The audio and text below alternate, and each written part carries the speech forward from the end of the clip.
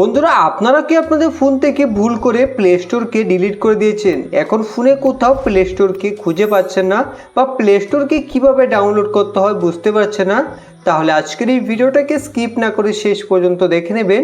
তাহলে আপনি খুব সহজে আপনার ডিলিট হওয়া প্লে স্টোরকে আবার ফোনে ডাউনলোড করতে পারবেন। কিভাবে করবেন তো চলুন এখন আমরা দেখে নিই।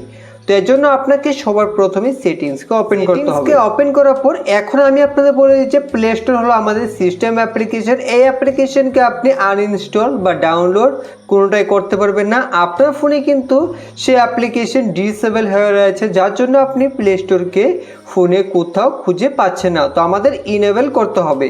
তো এর জন্য আপনি সেটিংসে একটু নিচে আসুন, এখানে দেখতে পাবেন অ্যাপস। তো অ্যাপসে ক্লিক করবেন। তারপর আপনাদের সামনে অ্যাপ ম্যানেজমেন্ট আসতে পারে বা অন্য কিছু লেখা আসতে পারে। তো আমাদের ফোনে এখানে সি অল অ্যাপস এখানে ক্লিক করতে হবে। তো আপনারা এইভাবে অল অ্যাপসে ক্লিক করে দেবেন। ক্লিক করে দেওয়ার পর এখন এখান থেকে আপনি প্লে স্টোরকে খুঁজে বার করুন। তো এখানে কিন্তু গুগল প্লে স্টোর লেখা থাকবে। ঠিক এইভাবে এখান থেকে আপনি গুগল প্লে স্টোরকে খুঁজে বার করুন। দেখতে পাচ্ছেন এখানে কিন্তু গুগল প্লে স্টোর রয়েছে, এখানে ক্লিক করতে হবে।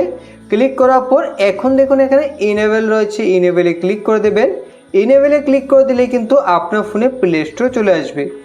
দেখিয়ে দিচ্ছি বন্ধুরা, এখানে দেখতে পাচ্ছেন আমাদের ফোনে কিন্তু প্লে স্টোর আবার এসে গেছে।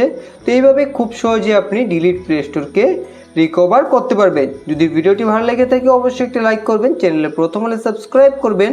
ভিডিও সম্পূর্ণ দেখার জন্য ধন্যবাদ।